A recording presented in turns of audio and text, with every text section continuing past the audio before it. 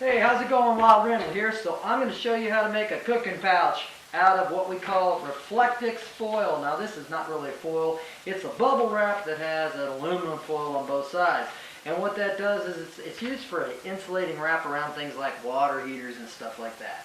I use it for pouch cooking, but after a while the pouches get kind of icky. Yeah, you can see what's looking inside there. Ooh, and believe me, it doesn't smell very good. So it's time for a new one. Ooh, boy. So, one of the first things I'm going to do that is really strong is measure it. I believe my pouch is, real quick here, it's going to be 8 and about 3/4 by, I believe, 16 and 3/4. Yeah, so I'm going to cut me a piece of Reflectix that size right off the bat. I've already got one cut made here, kind of speed things up. So next thing I'm doing is going to come right down through here. Here we go. And just cut it. And you can use a regular pair of kitchen scissors or desk scissors or whatever kind of scissors you call these things to cut this. You don't have to get real fancy and get a pair of razor blade knives or anything like that because you don't need it. So here we go. Let's double check that.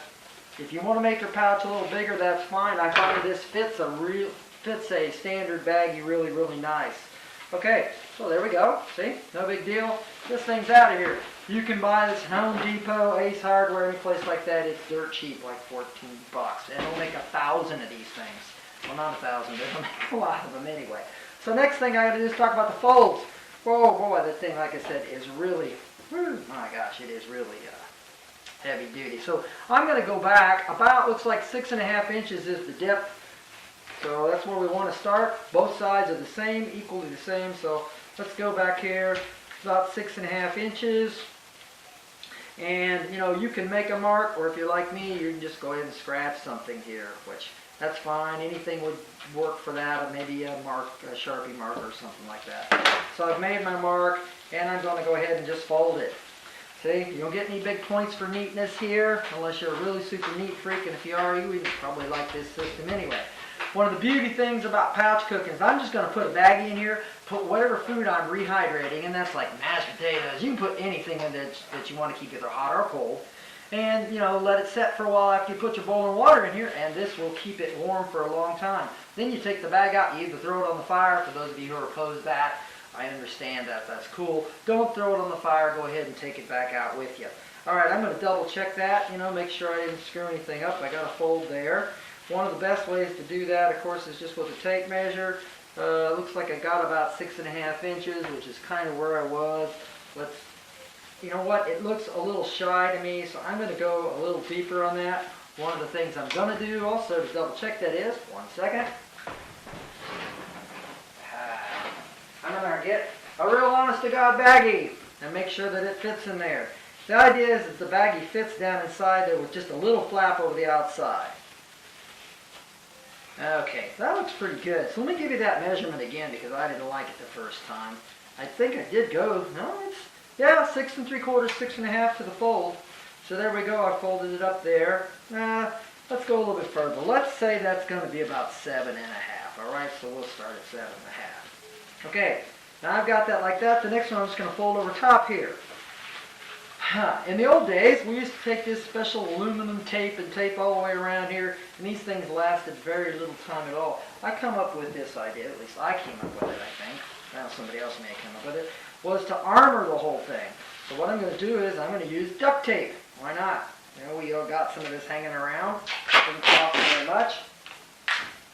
So I'm going to take it, and I'm going to start duct taping it. Now one of the first things I'm going to do is duct tape across, all right, the bottom here just a little bit. Put that on there like that. There, let's get that a little neater. Put it right there. Okay, great. Just a little bit across the bottom, kind of give me a starting place. I'm going to take that, put it on that side there. Okay, this right here, this is just, like I said, a place for me to start. So, I've got that whole thing together there, so that kind of holds things, gives me, like I said, just a guiding line. I'm going to start by cutting one off here, putting that right there, and I'm just going to start wrapping this stuff around here. Now let's see. Hold that right there. There we go. Okay. A little bit here.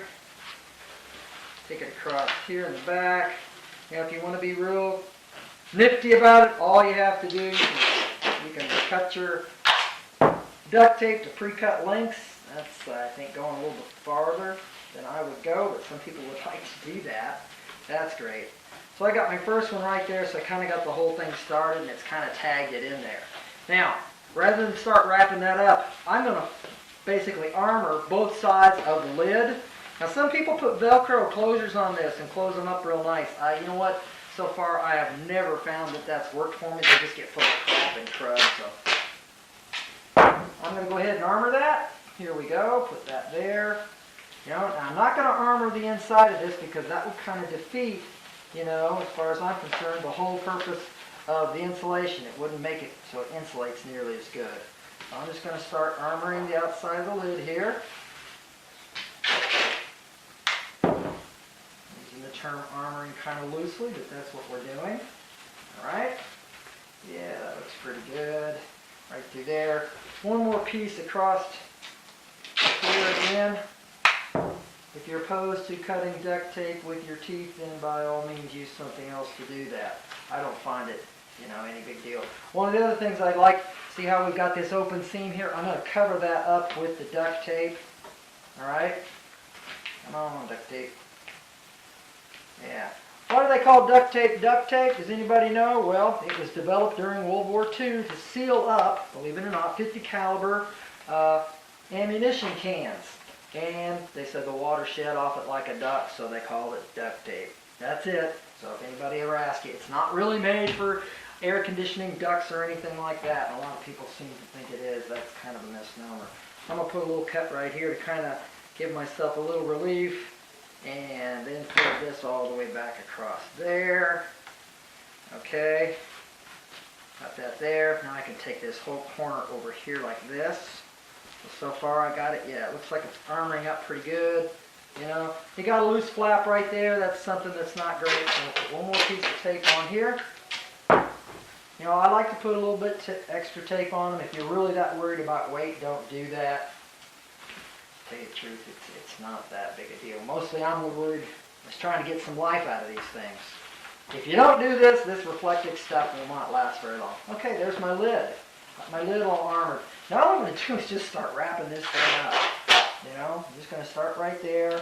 Overlap the tape about, I'd say 20%. For those of you who don't understand percentages, let's say about a ½ inch overlap. That gives you a good percentage of armoring. You know? Okay, there's that one.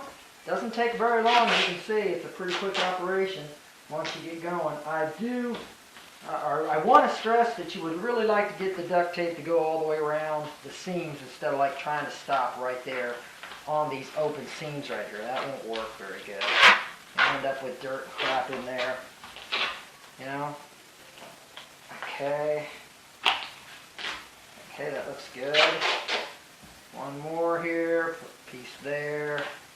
I'm actually going to go ahead and take this all the way out. Cut in some more.